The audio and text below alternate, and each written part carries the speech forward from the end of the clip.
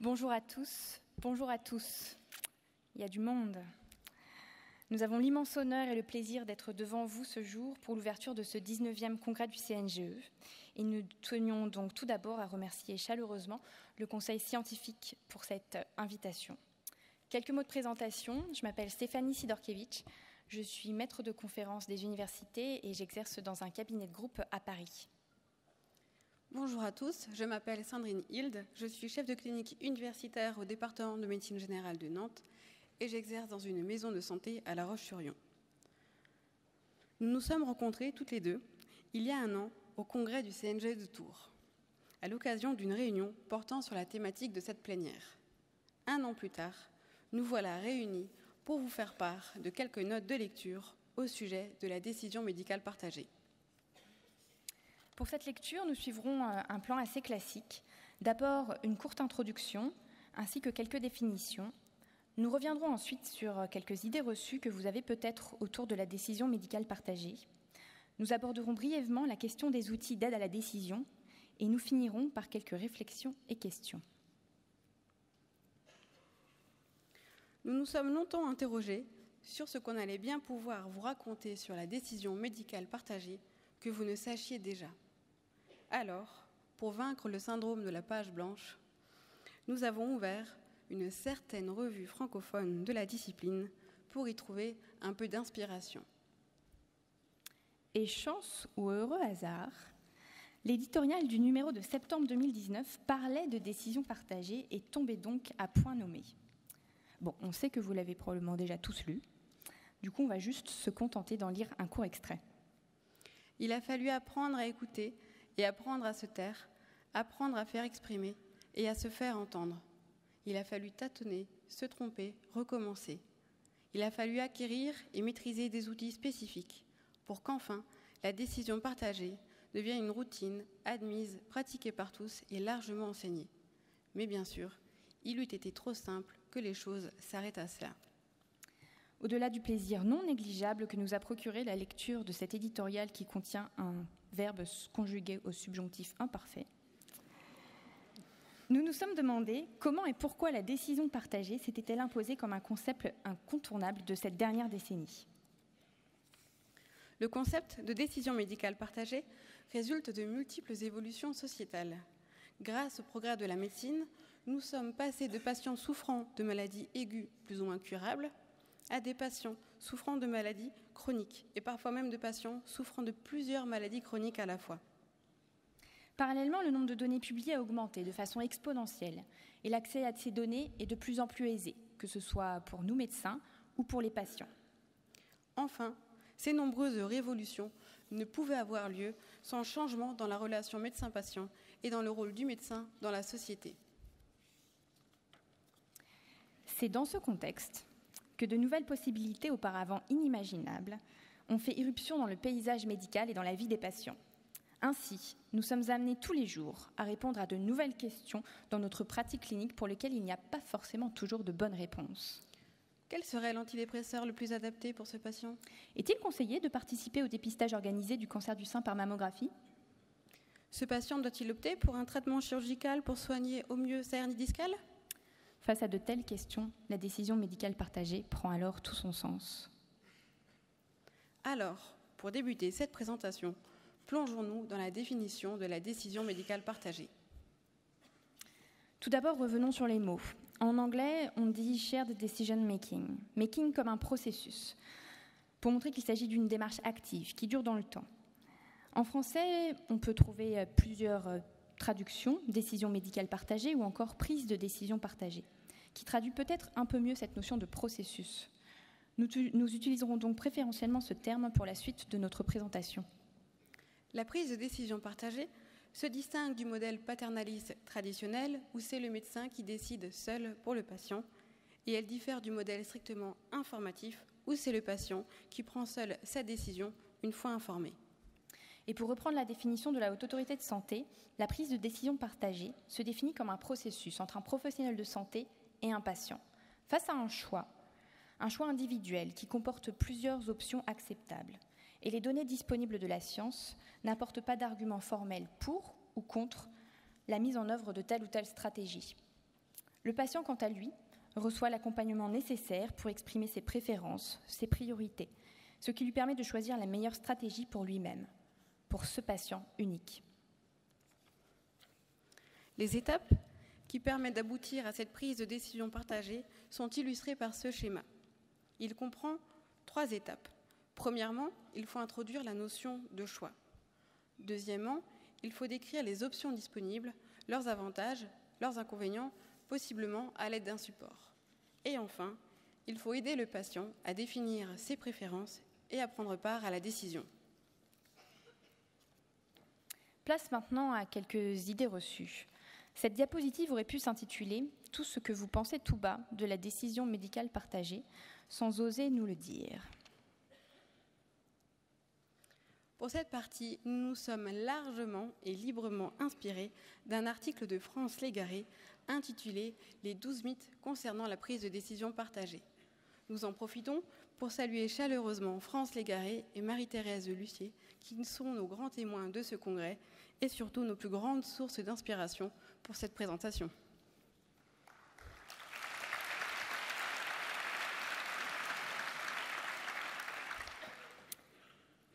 Première idée reçue. Certains d'entre vous se disent peut-être « Oui, bon, ok, mais en fait, je pratique déjà la décision partagée. » Bien entendu. Ce congrès réunissant l'élite de la médecine générale française, vous pratiquez tous déjà la prise de décision partagée. Cependant, pour vous donner quelques chiffres, au-delà de la Cité des congrès de Nantes, la littérature nous dit qu'en France, en 2014, seuls 43% des patients ayant une incapacité ou une maladie chronique pensaient avoir été impliqués dans la décision de traitement.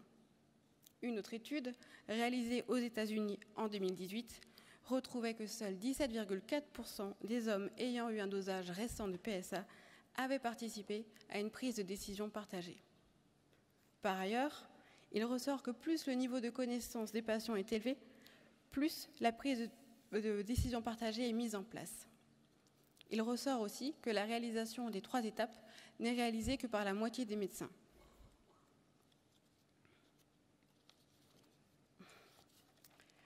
Deuxième idée reçue, certains d'entre vous se disent peut-être également « Oui, mais c'est parce que tous les patients ne veulent pas être impliqués ». Cela est en partie vrai, mais pas tout à fait exact formulé ainsi. En effet, il ne serait pas exact de dire que les patients ne participent pas à la prise de décision partagée par volonté. Il s'agit le plus souvent d'une incapacité qui pourrait faire écho à l'espace de la relation thérapeutique dans lequel se trouve alors le patient. En effet, quand on s'intéresse aux barrières rapportées par les patients, qui ont été publiées dans une revue systématique en 2014, celles-ci comportaient la peur d'endosser la responsabilité d'une mauvaise décision, le fait de ne pas vouloir déranger le médecin, ou encore la volonté d'être un bon patient, qui serait une personne passive et compliante. Tout de même, le patient peut parfois vous demander « Et vous, docteur, vous feriez quoi à ma place ?» Face à un patient qui ne se sent pas en capacité de faire un choix, le médecin peut bien entendu donner son avis, engagé dans une direction, si elle correspond aux valeurs du patient dont le médecin aura précédemment engagé l'expression. De la même façon, une étude publiée en 2019 s'est intéressée aux idées formulées par des patients ayant une maladie chronique pour améliorer le système de santé français. Des chercheurs ont posé une unique question à environ 3000 de ces patients. La question était la suivante. Si vous aviez une baguette magique, que changeriez-vous pour améliorer votre prise en charge ? Et si on regarde de plus près les résultats pour améliorer le système de santé au niveau de la consultation, la majorité des idées formulées étaient regroupées sous la thématique « Créer le contexte pour de réelles discussions avec les patients ». Alors, à ce moment-là de la présentation, vous vous dites peut-être « Bon, d'accord, ok, mais vous devez tous penser très fort, ça prend vraiment trop de temps ». Eh bien oui et non. Oui et non, car 2 revues de la littérature ont mesuré cette durée et la durée réelle des consultations lorsque les médecins pratiquaient la prise de décision partagée. La revue de 2017 concluait à une augmentation de durée de 2,6 minutes. Il s'agissait d'une médiane. La revue de 2019 retrouvait une absence de différence significative pour 9 des 12 études incluses. Alors enfin, Nous finirons par cette question un peu rhétorique. La prise de décision partagée est-elle une pratique avancée de l'approche centrée sur le patient ? Eh bien oui. Comme l'affirme un article publié en 2013, la prise de décision partagée serait le pinacle de l'approche centrée sur le patient. Mais attention, il ne s'agit pas dans la prise de décision partagée de tenter de nier l'asymétrie fondamentale de la relation médecin-malade. Il ne s'agit pas non plus de laisser l'entière responsabilité de la décision au patient.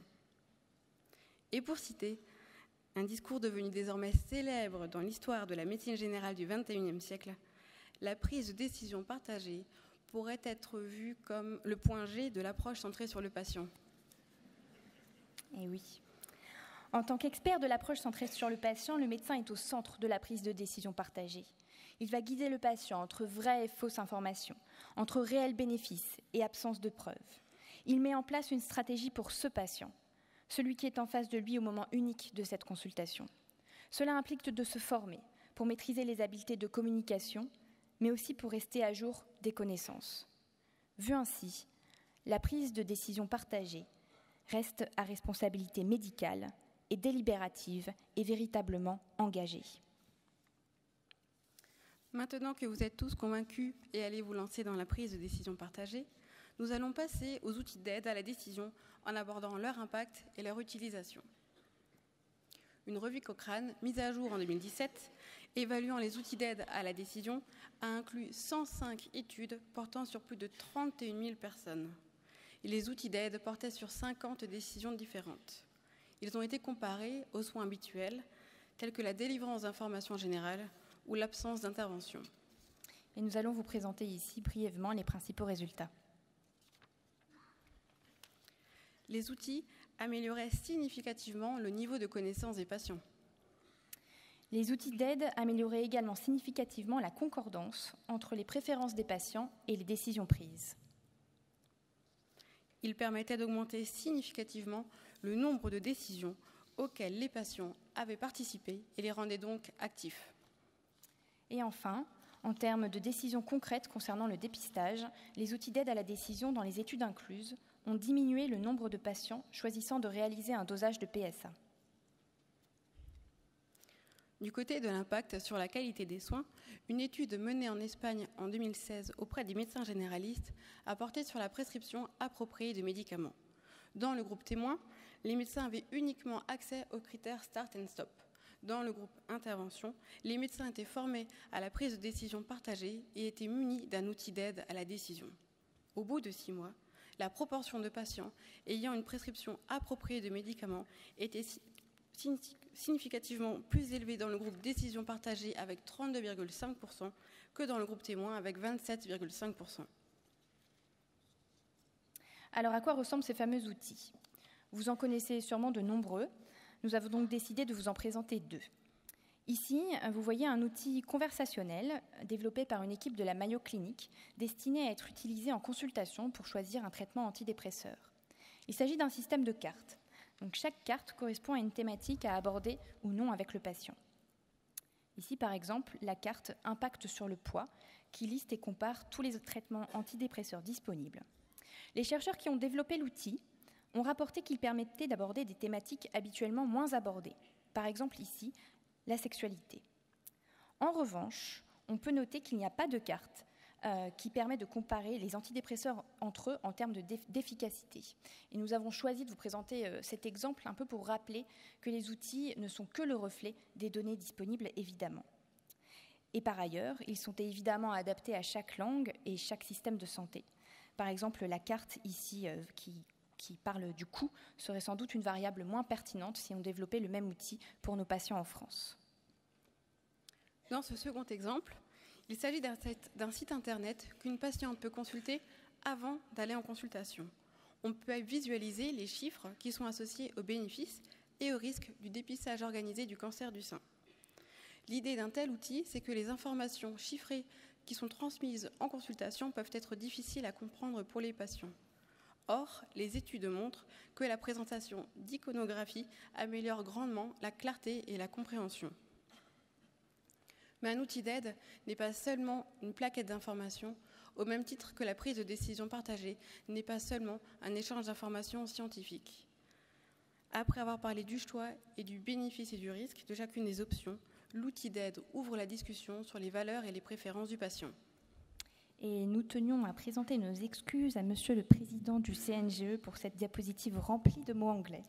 Mais à ce jour, il n'existe pas d'outil d'aide valide disponible en français. Mais promis, l'équipe d'Edicas travaille très fort pour combler à ce cruel manque. Pour conclure sur les outils d'aide, nous voulions souligner qu'ils ne sont ni nécessaires ni suffisants pour réaliser la prise de décision partagée. C'est à chacun de se les approprier comme il le souhaite. Nous finirons enfin cette lecture par quelques réflexions. Nous voulions revenir sur le fait qu'informer les patients sur les meilleures données actualisées de la science peut s'avérer complexe, notamment quand il s'agit de concepts délicats, comme l'incertitude ou le risque. Et la difficulté réside dans le fait d'informer sans influencer le jugement du patient. Dans cet exemple, un jeu était proposé à des participants. Ils gagnaient s'ils tiraient un haricot rouge dans l'un des 2 flacons. Le petit flacon contenait 1 haricot rouge et 9 haricots blancs. Le grand flacon contenait 6 haricots rouges et 94 haricots blancs. Chacun des flacons était étiqueté avec le nombre de haricots rouges et le pourcentage de haricots rouges qu'il contenait. Étonnamment, la majorité des patients a tiré dans le grand flacon. Or, c'était le mauvais choix. Les participants ont expliqué avoir choisi le grand flacon car c'est celui qui contenait le plus grand nombre de haricots rouges. Et pour vous donner un deuxième exemple, sur l'exemple de droite, vous pouvez voir un graphique illustrant le bénéfice du dépistage par mammographie, exprimé en risque relatif à gauche et exprimé en risque absolu à droite. Bien que souvent utilisé par les chercheurs dans leurs publications et par les industriels, le bénéfice exprimé en risque relatif est bien plus spectaculaire que le risque absolu. Mais il accroît la perception du risque et du bénéfice par les patients et de ce fait n'est pas recommandé. À travers ces 2 exemples, nous voulions rappeler qu'informer les patients de façon honnête et compréhensible représentait pour nous un vrai défi. Et alors que l'on parle de risque, de pourcentage, d'incertitude, qu'en est-il des patients ayant un faible niveau de littératie ? Certes, il est bien plus confortable de réaliser de la prise de décision partagée avec un patient qui a un bon niveau de connaissance. Et pourtant, une méta-analyse a montré que la prise de décision partagée profite d'autant plus à ceux qui sont à faible niveau de littératie. Les outils sont encore plus importants pour eux, à condition qu'ils soient adaptés. Et la meilleure solution pour qu'ils le soient, c'est d'associer les patients dès le début de leur création. La prise de décision partagée pose aussi la question de la transférabilité de ce modèle. Parmi les patients qui sont issus d'une autre culture, ils n'ont pas la même vision de la maladie, ni de l'impact des traitements, ils n'ont pas la même vision du rôle du médecin.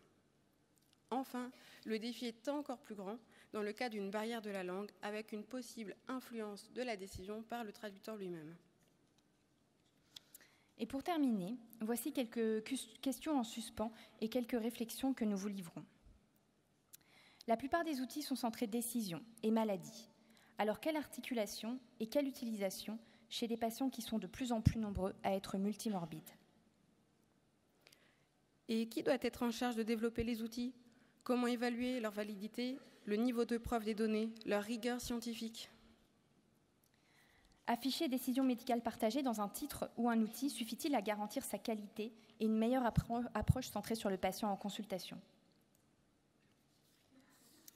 La décision médicale partagée n'est-elle qu'une affaire de médecins généralistes ? Si en tant que médecins généralistes, nous sommes souvent considérés comme les chefs d'orchestre du parcours de soins des patients, à nous d'avancer et de collaborer avec nos confrères d'autres spécialités, mais aussi avec tous les professionnels de santé, pour que l'approche centrée sur le patient devienne la norme et que les prises de décision soient partagées à toutes les étapes du parcours de soins du patient. Une question pour les généralistes enseignants que nous sommes. Quelle formation peut-on proposer aux internes ? Et quelle formation initiale et continue recommandée aux médecins ? Et enfin, quels effets sur les critères de jugement clinique ? Si l'on a vu que la prise de décision partagée pouvait prendre 2,6 minutes de plus, comment montrer que ces 2,6 minutes de plus sont coûts-efficaces en termes de qualité et de sécurité des soins, afin de convaincre nos décideurs de nous donner du temps ? Pour conclure cette présentation, nous voulions justement revenir sur cette notion essentielle qu'est le temps et vous proposer une invitation. L'idée de cette invitation nous est venue suite à la lecture d'un article publié dans le JAMA en 2019 et qui nous disait « Le temps n'est pas une simple ressource. 6 minutes ne sont pas insignifiantes ni interchangeables comme les dollars ou les euros.